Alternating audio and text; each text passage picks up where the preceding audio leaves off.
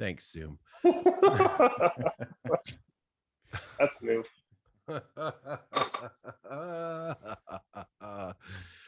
All righty. Welcome to the Pedalboard podcast, the podcast where jaded gear junkies talk about things and talk about more things that you care about and we kind of care about. So on today's crazy episode, we are going sans joke because, quite frankly, I'm tired of getting pigeonholed into this little jokey internet joker guy. Today, we are brandishing the idea that just like the movies of today, they're just kicking the same old crap back and forth like a bad game of kick the can. So on our panel today, our esteemed panel today, we have below me Dr. Brendan Schock,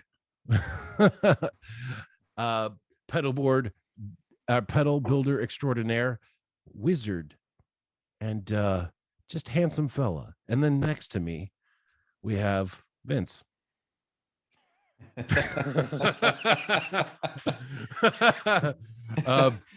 Pedalboard. My PhD is honorary.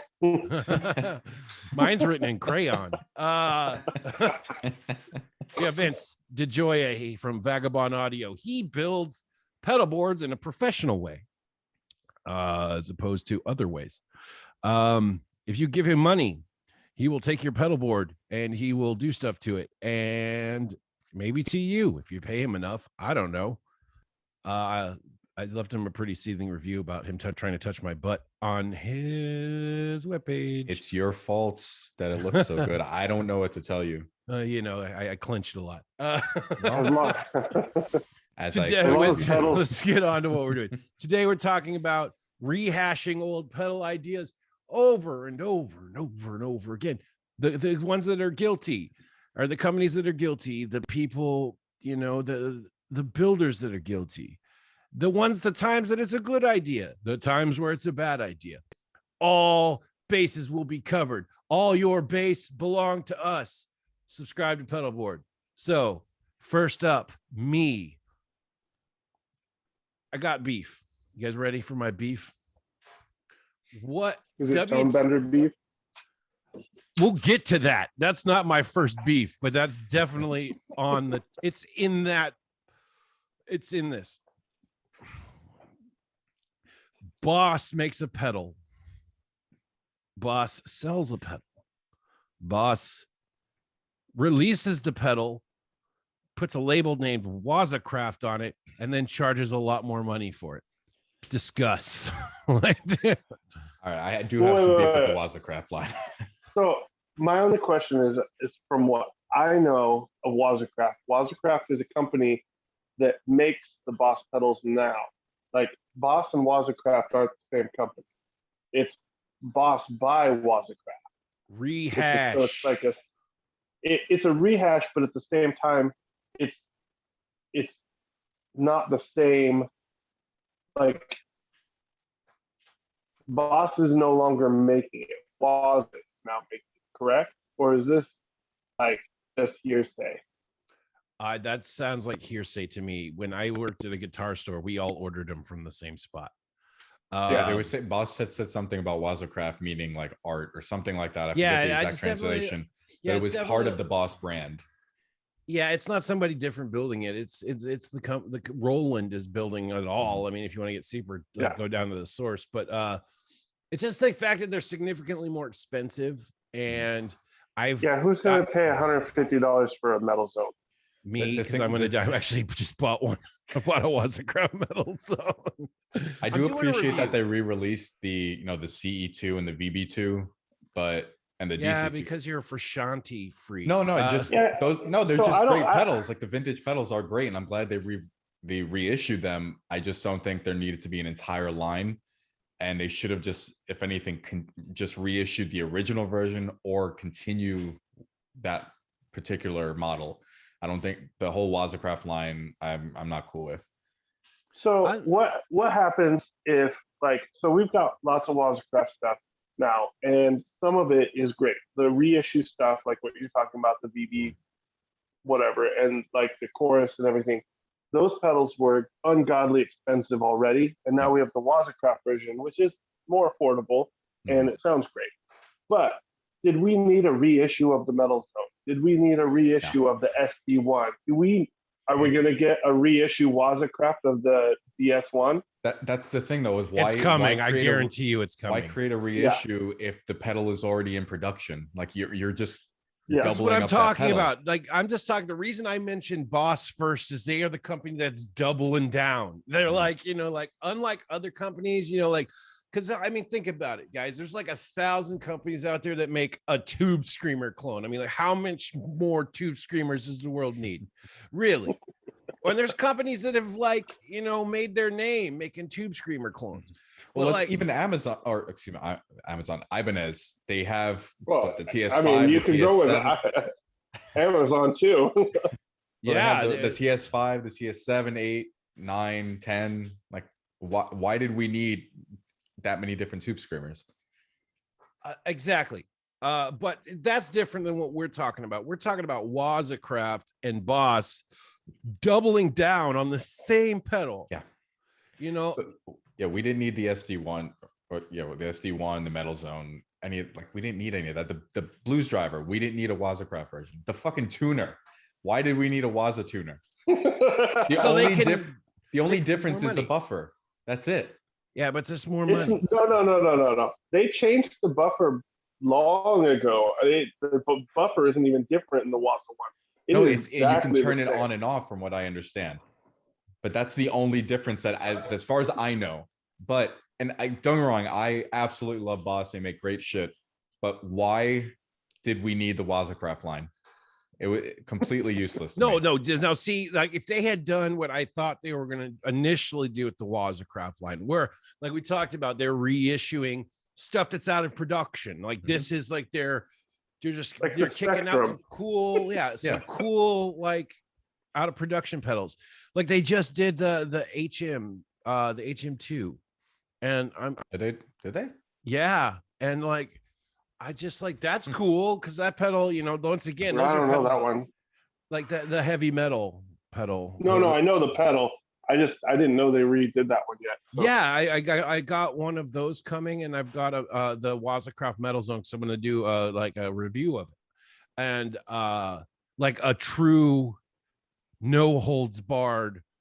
I got no strings attached to that one. You know what I mean? Why is the synth pedal, the SY1, why is that not a Wazacraft pedal? That's what I want to know. It's like, yeah, they're coming out with all the new Wazacraft stuff, but why is not everything Wazacraft? Why is only like some stuff? I don't know. I actually can't answer that question. So I'm looking at the heavy metal Waza. I didn't realize they even released this. So with every other Waza pedal, there's a little toggle switch for you to use a stock version or a new custom version. This one doesn't have the switch. So what was the point in doing that? Like just reissue the pedal altogether.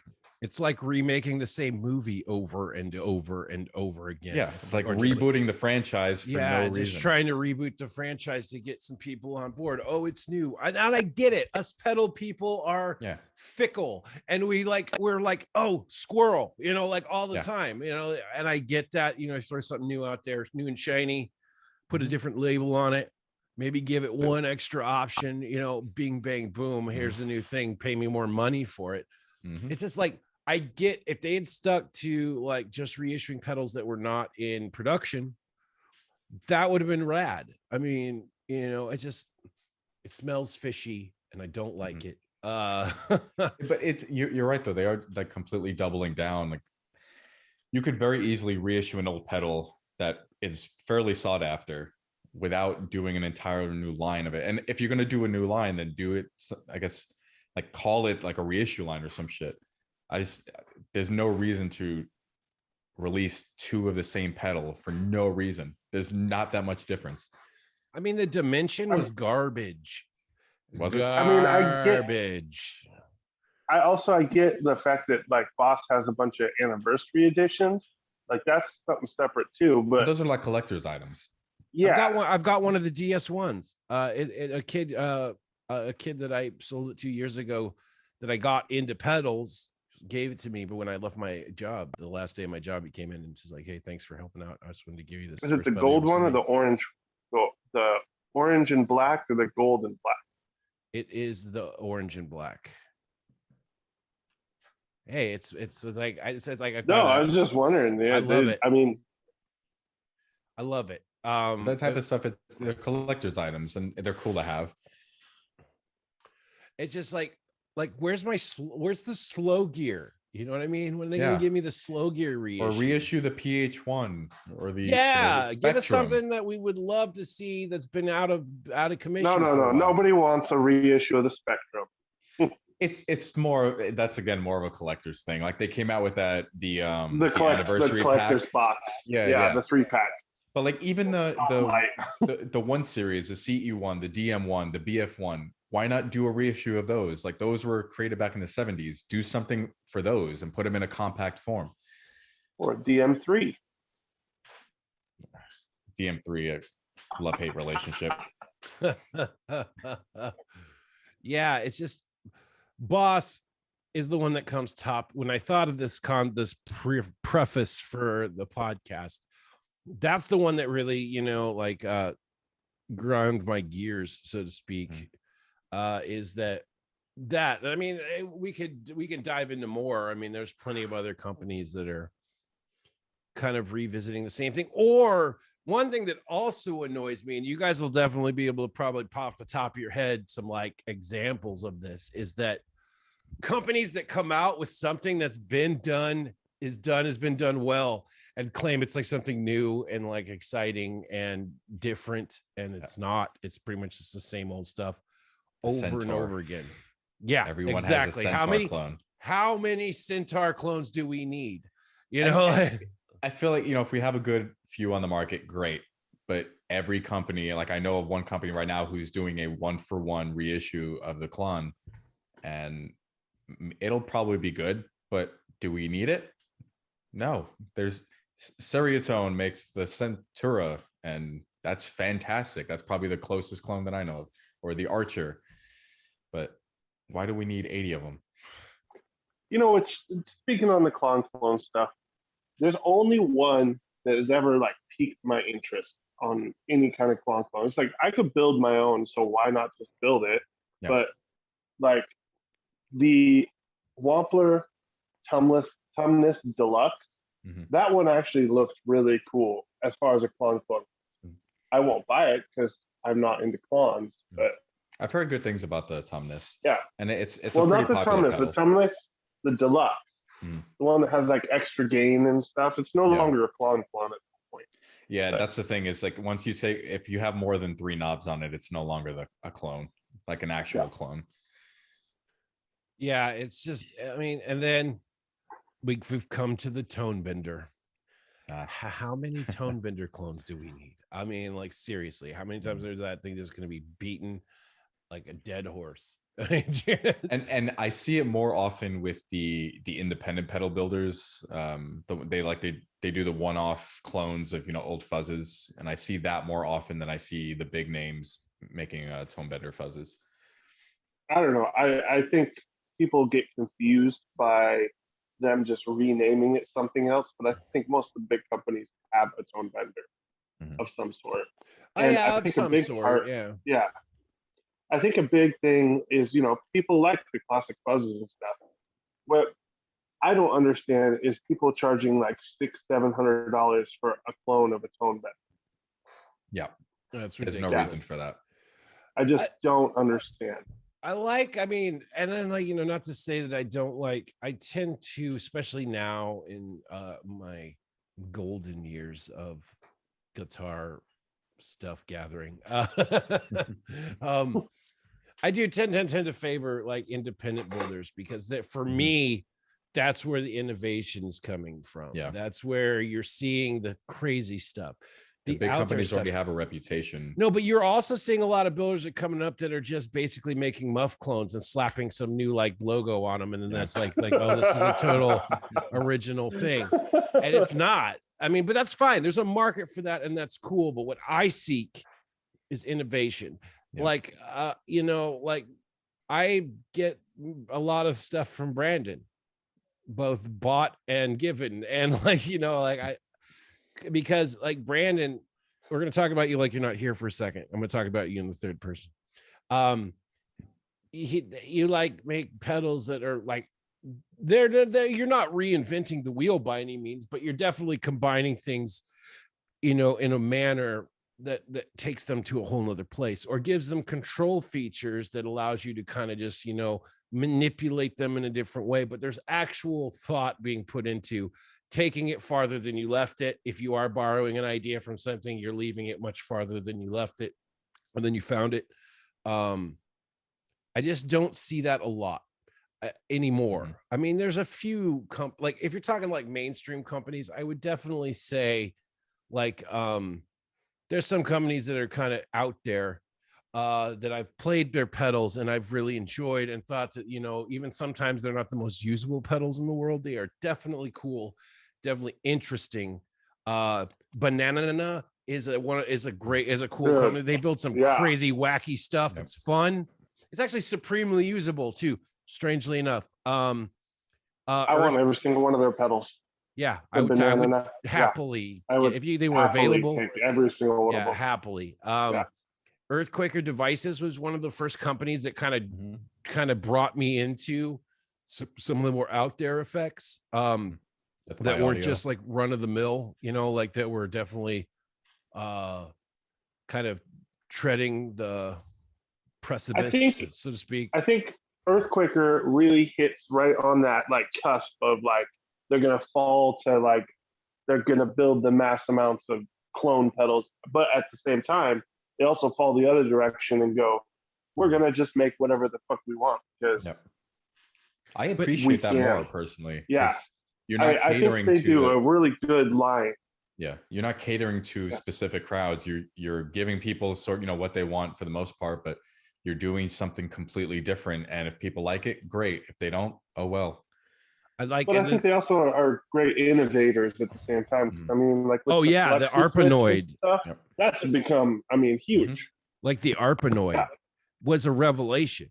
I mean, I did like if you're talking about like, there's a few effects, in my opinion, as far as any kind of modulation goes, that really kind of set people down a path. You know what I mean? Like that, like it was such a groundbreaking effect that it spawned a lot of like, you know, derivatives, like dropping a big rock in a pond. You know, you get all these ripples. And I actually duked this out on pedal boards of doom once, and I got a lot of flack for it, but they were like, okay, you know, we did a top 5 most influential pedals list. And there was a little bit of blowback on the internet, but I didn't care because I stick it to my guns. One of the ones that I pitched was the Digitech Whammy. It was the first pedal of its kind that you could actually, that wasn't in a rack, you know, like that we could put it on the floor. Mm-hmm. You could do harmony effects and octave effects without having to have like a rack mount unit and a bunch of MIDI gear. You know what I mean? Like it was just, but like, and then they're like, and then, you know, like you think about what that pedal spawned. I mean, there's a lot of pitch shifter nowadays has that feature if it has an expression pedal input. It spawns so many others. And it's just, it's like that, the game changer pedals. You know, I'm not talking about the company Game Changer. I'm just talking about like pedals that are game changers. Like I always really thought like the DL4 was a game changer pedal. Yeah. You know, because it's like that was the first time, at least to the consumer, like the regular everyday consumer, you could get a pedal that was just these massive amounts of reverb and delay and echo effects all in one spot. Other than, I mean, you had like the pods and stuff like that, but I'm talking about like good, usable delay effects all in one place. Game changer, right? Well, and then you think about, you know, you have this stuff that like came after that. Lots of like the Andromeda, the Seymour Duncan Andromeda, the Strymon Big Sky. You know, I mean, the list is huge of all these. Just well, isn't the guys that worked on the Big Sky the same guys that worked on the DL4? They're also Strymon was damage control at one point, I guess. Yep. And damage control pedals are. If you have damage control pedals if for you sale, can find them, contact me because I'll buy them. I've got most of them now. Actually, there was a guy on Craig's or on Facebook Market that sold me 4 of them. And oh, sweet. Yeah, I was just like, I got money. What do you want? You know, dude, I got enough money to get these from you. They weren't terribly expensive, but I did drop about $600 on 4 of them, which is good. Dude, you got a deal. You got a deal. Yeah. But I probably shouldn't have done that. The wife was kind of like side-eyeing me a little bit on that one. But I'm like, you don't understand. These are going to be worth. I'm basically buying gold here. That's about what you can. Yeah, that's about what you can get for them each now. Yeah, I mean, the demonizer still. I use that thing like. That was my upgrade from from the metal zone when I played in my punk rock band, and then that punk rock band kind of evolved into a metal band, and that's when I made that shift. Was instead of just using a metal zone with the distortion off, I ended up getting a demonizer, and holy God, everything was just so much better. Because that's a those guys they're beasts. I mean, they're like like a foot long. Yeah, well, they got 2 tubes in them, but they sound. I love the little middle thing too that just changes color as you play.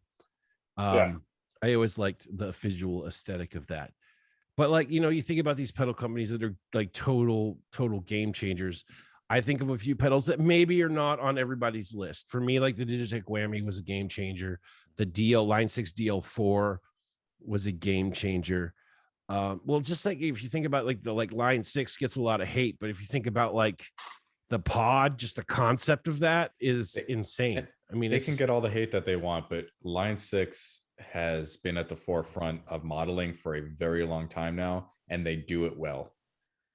Yeah, I enjoy. I think they, for a while there before the Helix came out, I think they did it well. Yeah, no, there was a break in time where it was a little off, but from like the Firehawk. Like the old modeling series, those pedals, and then moving, obviously the pod, but then moving forward into the Helix. Yeah, no, it definitely got better over time, but there was a period where it was a little wonky. You better like watch your mouth if you talk about the HD 500 XL. I swear to God, I think it's magic. It's magic. I wanted one for a while.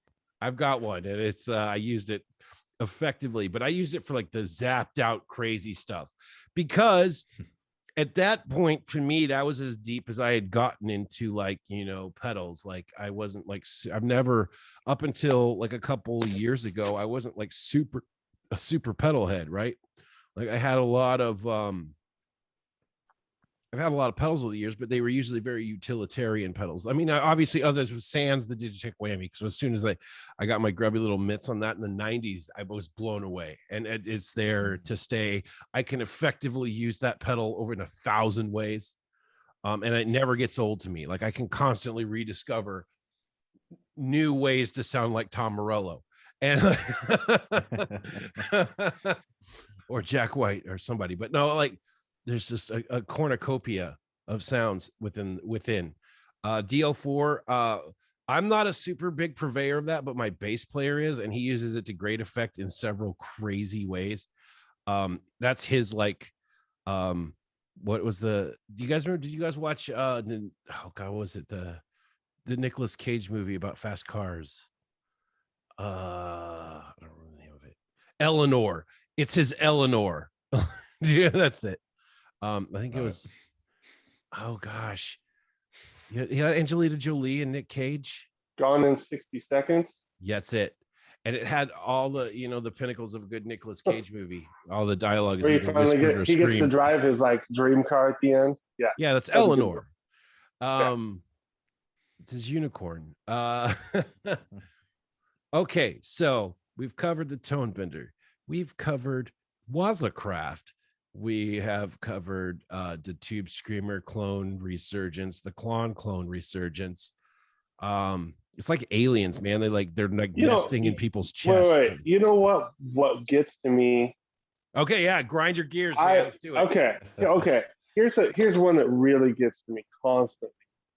Everybody that wants to do a tape echo emulation. It's like there are so many of them out there, and everybody wants to do the exact same thing. They're like, I want it to sound exactly like the tape echoes of the olden days. And that they're all different, but everyone wants that sound. It's like, why? Why not have something new?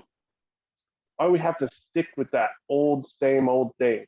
Yeah, it's tropey. I get it. And I really actually the delay that I got from you that you hated, the Jupiter Effects one, the Fern Wow or whatever. I like it. Like, as played with it, it sounds great to me. But once again, that's tomato. What might sound good for you might not sound good for me.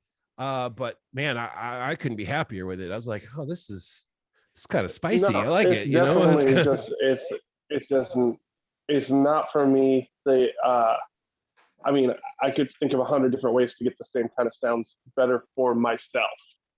Oh, now, absolutely. That being said, it's a delay pedal. I love delay pedals. That one just didn't vibe with me. And that's totally respectable. Yeah. What grinds your gears, Vince DeJoya? Well, going off what he was saying, we as guitarists, we put such a heavy emphasis on the vintage. So we're constantly trying to recreate, everything that back then, all the tape echoes and everything.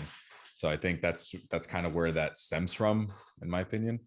It's like we have the Strymon Volante, which is a pretty good recreation, in my opinion. But you got it, flaunt it, because I'm just gonna be the one to say it.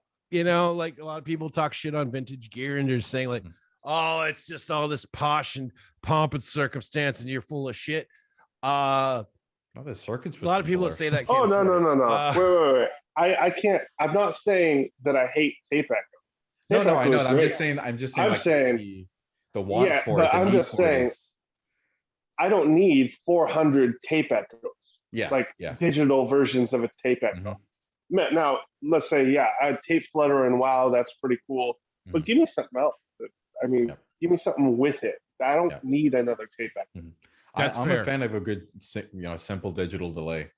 If it does the job. I love digital. Yeah. Oh yeah, dude. Like give me a DD3 and I am a happy man. You give me a DD7, I'm a real happy man. Dude, like I love my DD7, man. I've been using that thing forever. That was like the first delay pedal I ever got. I like the DD6 because I like the stutter effect you can do on it. Yeah, well, you can give me a DD anything, and I'd be okay with it. I'd be like, that's great. Yeah, for me, that's my favorite set of Boss pedals. They did really well with the DD series.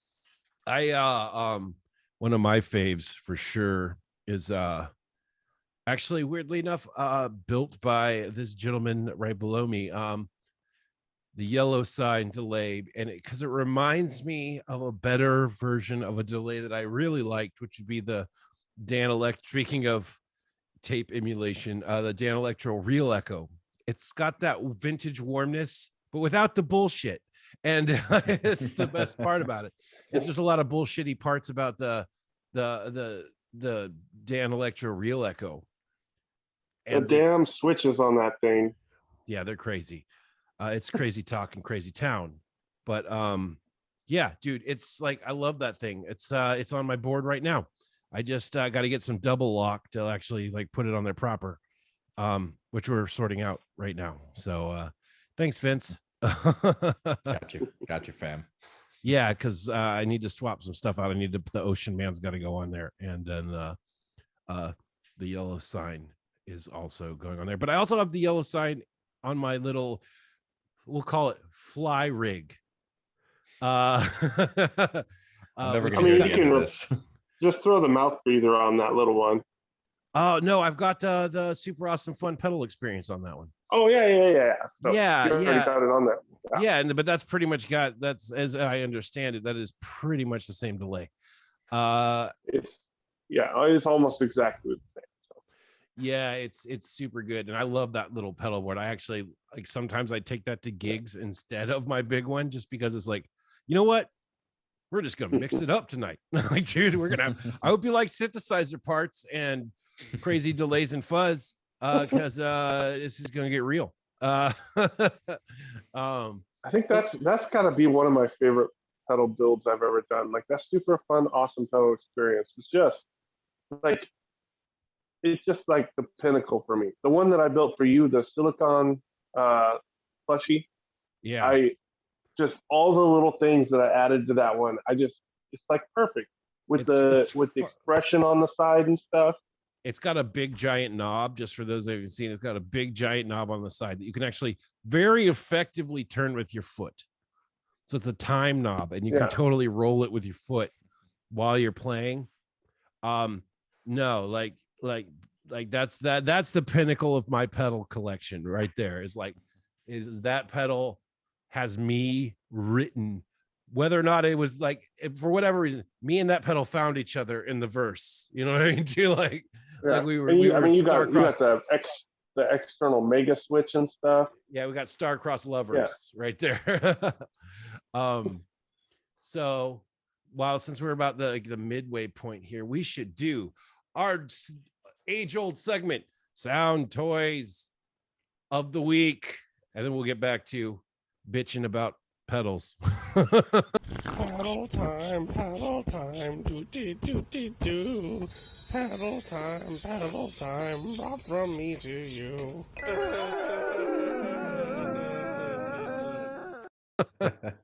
So, Brandon, you go first this time. What you got for us, son? All right, so I've had this pedal for a while, and it's just nice. Like, there's nothing that's like super wowy about it. It doesn't have a bunch of features or anything. It's just nice. The Wonderland. Yeah. The Wonderland. That is a nice pedal.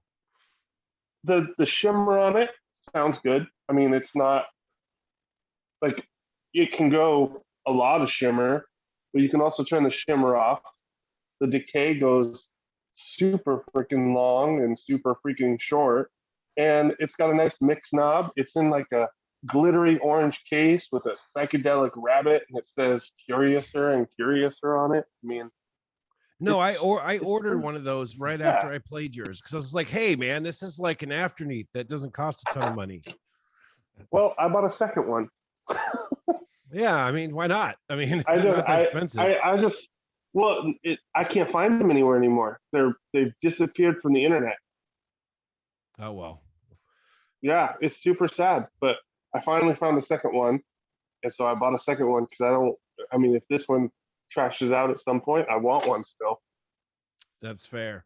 I've done that a couple of times. That's why I have a couple of WH1s. Because they're like, that is such a thing for me that like I needed a spare. So I have two now. No, it's just like, that's fair. Yeah. They're hard to come by, man. They're getting harder and more expensive to come by. And I just don't want to be without it, because for me, it's kind of like a core part of your sound. Yeah. And the 4 don't cut it. The 5 don't cut it for me.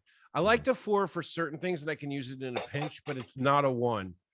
It's not a 1. And the 2 is not. The 2 sounds similar to the 1, but it's not a 1. I mean, the 1 on its own is like no other for sure. It's amazing. I'm a pitchfork player. I just that's my favorite one. Is fantastic. Yeah. No, dude. EHX just usually knocks it out of the park most of the time. Like, and if they don't, it's like $80. Get over it. You know what I mean? Right? Like, you can't win them all. Not everyone's going to be a home run. You got to have a line drive here and there. No, as far as bang for buck pedals, in my humble opinion, EHX is the king of bang for buck. I mean, I will always have an EHX pedal on my board. They are one of my favorite brands. Well, I've got a Sovtech pedal on my board, so same thing. Same thing.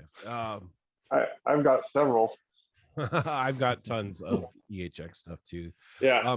I am ordering probably next week. I just kind of tend to like bulk order stuff. Like I'll wait until I have like at least enough to make it worth my while, and then I'll order stuff.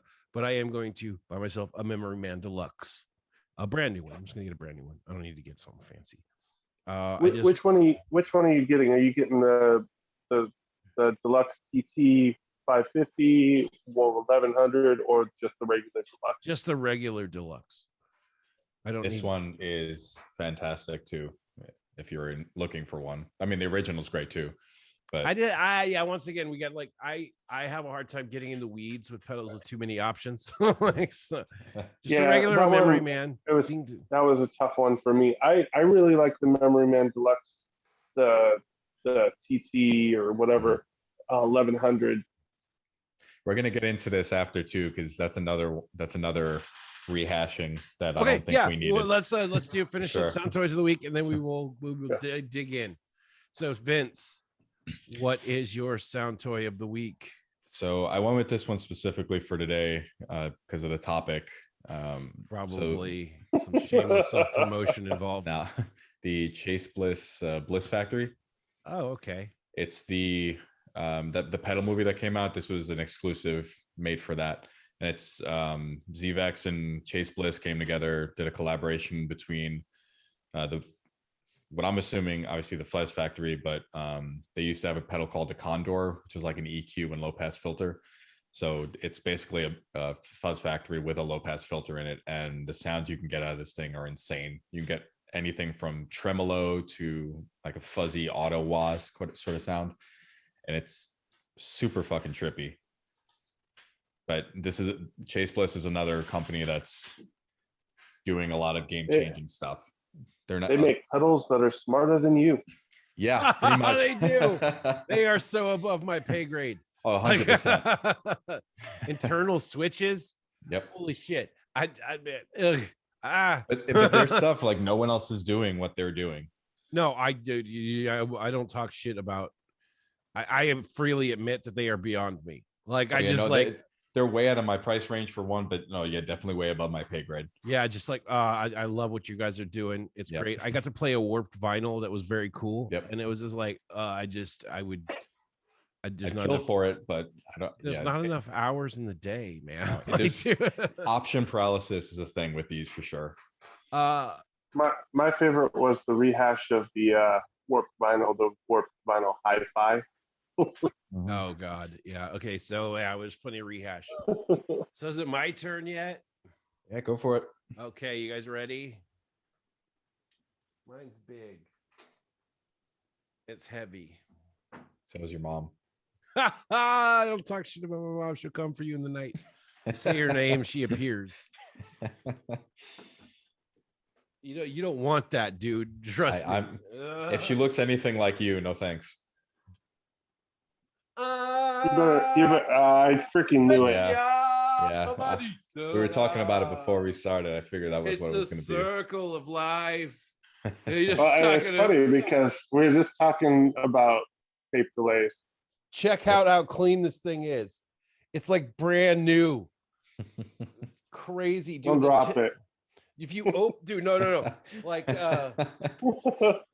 this is the best part. Like this is crazy. I don't know how good this is going to show up on the camera, but I'm going to attempt it anyway. All right, here goes.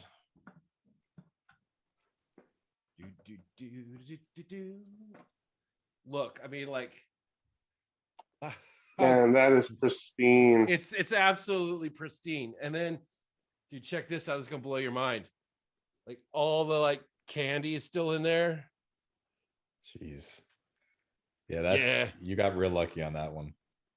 Yeah, this thing is this thing is hardwired into my console because I use it for everything. I'll pipe vocals through it, I'll pipe guitars through it, I'll use it as a preamp because the preamp in here is pretty cool. For vocals, you can plug a microphone directly into this. And you know what? Quite frankly, guys, like the RE20 or whatever it is, don't touch this thing. Not even the same league. It's not even the same sport. Was it just like a cheap you know imitation? the one so I played one before, but the one emulator that I've ever heard that was anywhere near it, funny enough, was the TC Alter Ego. Oh yeah, the Space Echo in that. I was very surprised with that specific one. Well, TC definitely has a thing. I'm not the hugest fan of their pedals, but I respect the company and the concepts. I really do. I'm like, actually, a very good friend of mine, the bass player in my band, very huge TC fan, very effectively uses TC's pedals. They're not for me. You know, like you hear something and it's just like, I'm just not vibing with this. Yeah, I tried them and it's just, they're not for me. I can't get along with them. There's certain pedals that vibe with me, you know, like there's certain companies that definitely release stuff like Dan Electro. I love Dan Electro stuff. They vibe with me. Digitech vibes with me. You could give me the most garbagey Digitech pedal and I'd probably find at least something redeeming about it. You know what I mean? DOD really talks to me. Like Rio D talks to my soul. I love Digitech. I've loved Digitech since I first started playing guitar. And you like the Expression Factories, don't you? You got like a pile of those. Yeah, I got a big pile of those. But no, I mean, just on top of that, I mean, I like the Crossroads. I like the one I've always wanted, and I'll never be able to buy it, is the Lyra. I've always wanted a Lyra, and that thing, like when I first saw it, they were like $150, and at the time I was just so broke I couldn't buy one, and that was when they first came out, you know, way back when. But every single Digitech pedal I've ever played, I've always liked something about them. Yeah, I mean, it's just, once again, it's a company that speaks to my inner. I mean, except for the X series, that does not count. You know, the X series was that was a miss. It was a miss. There's companies still missing with that concept too. So yeah, but the X series definitely was a swing and a miss. Yeah. Except for the delay and the reverb in that series was good. Just so like we're a real quick recap on the Space Echo. This thing is the best reverb, the best tape delay. I mean, I pitted this particular one against like a full tone, which I would say before I played this was the pinnacle of like tape delays, because it's not obviously, it's like an old Echoplex or something, but like thing is the maintenance on, I've had an Echoplex and the maintenance on those is insane. Usually like on a Space Echo like this too, the maintenance is insane. Full Tone kind of modernized the thing where they have a cartridge. You don't actually have to like feed tape. You just pull the old cartridge out, put the new cartridge in, bing, bang, boom. It's ready to rumble. They do a tube and solid state version. And it was legitly like, but it doesn't have quite like the same, like it doesn't have the little like hiccups and stuff that real old tape echoes have. Like there's certain things that are missing from that cartridge. No, because for sure. It's a cartridge and not flying through the, This is the best Echo, man. Yeah, I can't disagree with you on the Space Echo. It's so lush. The only one I've ever wanted to play besides the Space Echo is I've always wanted an oil can delay. Yeah, oil cans are cool too, dude, for sure. But that's been my sound toy of the week. Yes, moving on. We were going to talk about, there was another Rev amps. What's Rev amps? No. I love how you have the cutout on the amp behind you. Dude, we gotta. Okay. You never know. Josh, send this to Rev, please. I mean, we're reduced to cutouts right now, dude. Don't hate us, Ibanez. No, the memory man. Freaking love Ibanez, memory man rehashes. Yeah, okay, well, tell it to preach, brother, preach. I know, obviously the original is fantastic. I just don't know why we needed so many more of them. They had the memory toy, the memory boy. The Behringer one needs to come back. The VM one. Oh yeah.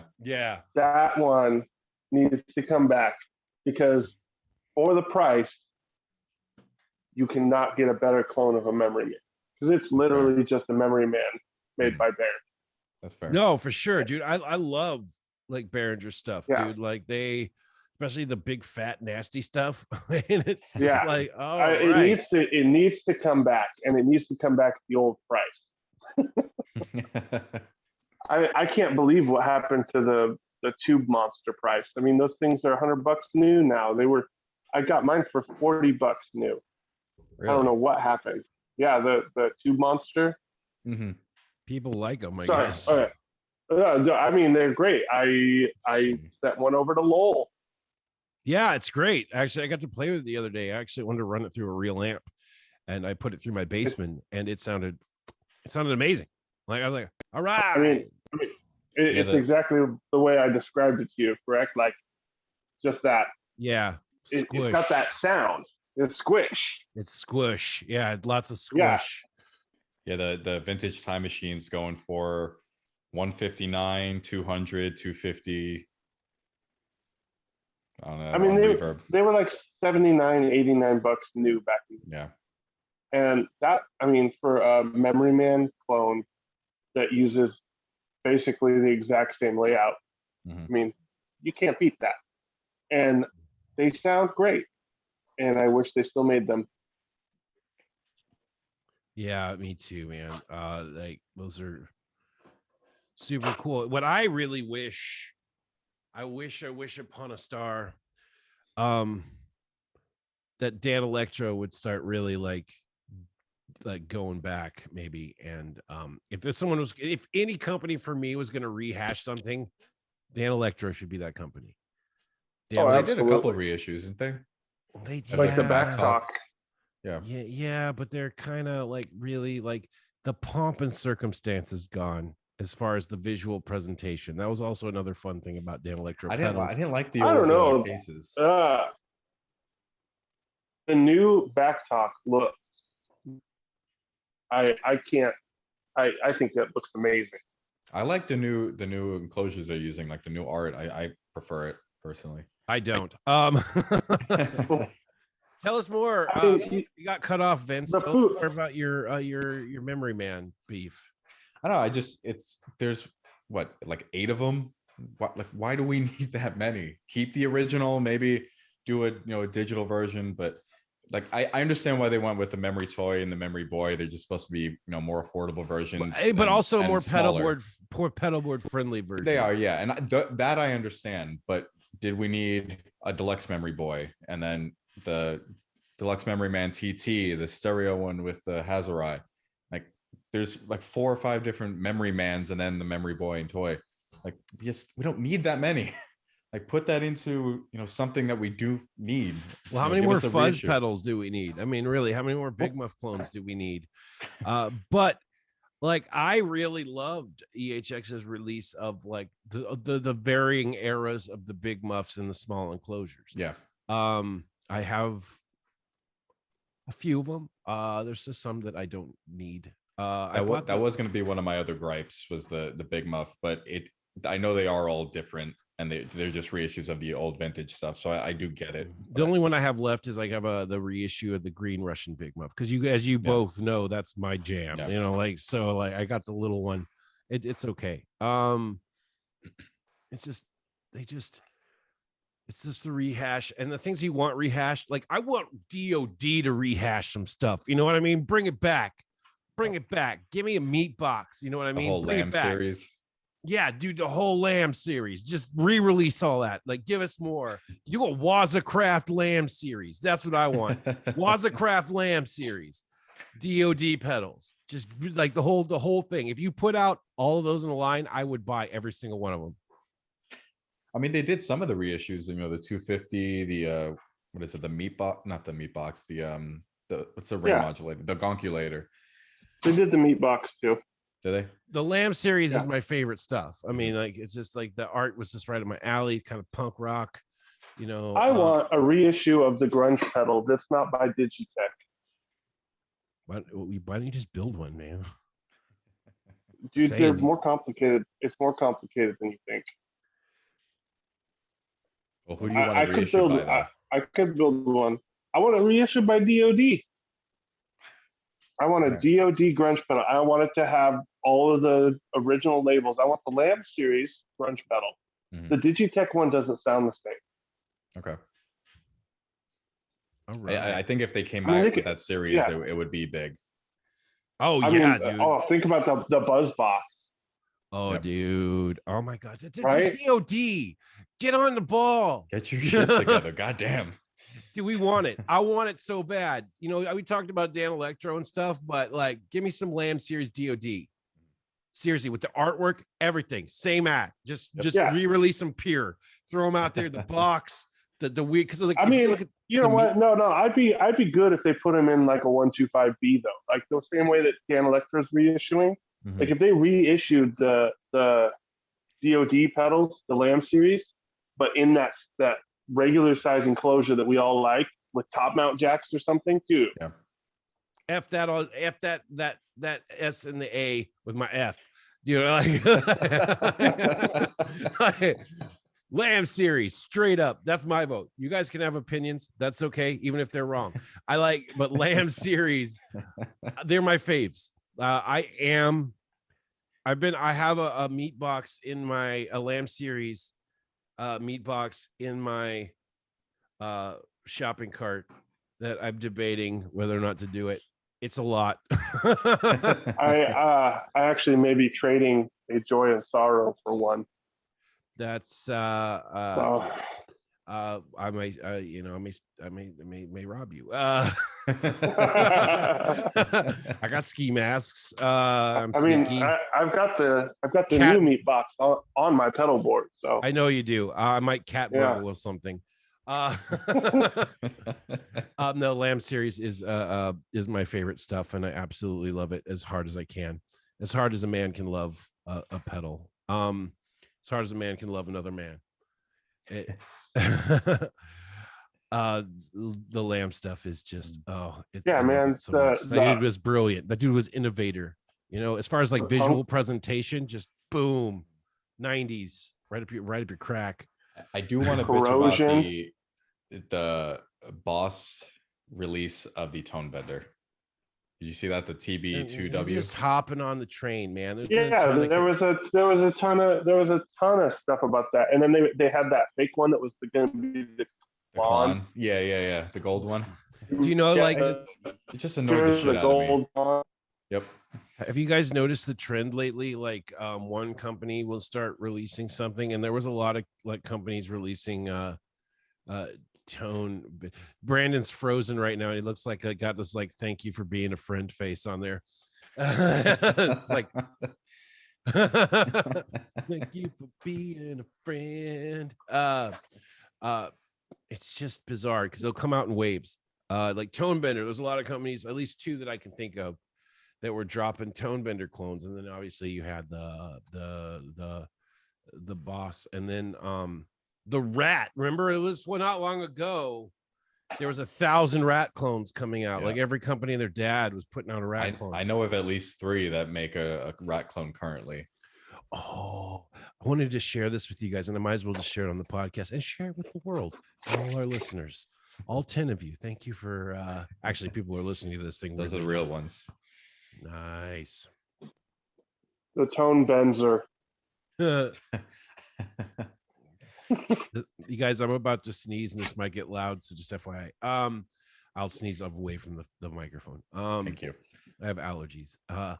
I did pick up something that I've wanted for a long time, and it's in the mail now. I was hoping to have it because I was actually getting my son toy of the week, but I finally bought a Brat.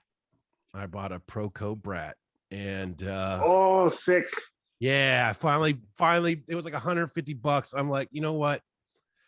With the pink, right? Yeah, it's pink. I wasn't wanting to get one with the box and everything, but then I was just like, I don't care. I just want one that's in good shape, a decent shape, and it was good shape. The pedal was pristine and not super faded. And I was just like, yeah, I love Proco stuff. I used Rats for a really long time, and the Brat, it's just a variation of that is going to look sick on my pink pedal board. So I was say that pedal does scream you. 100%. One of the cars. It's great.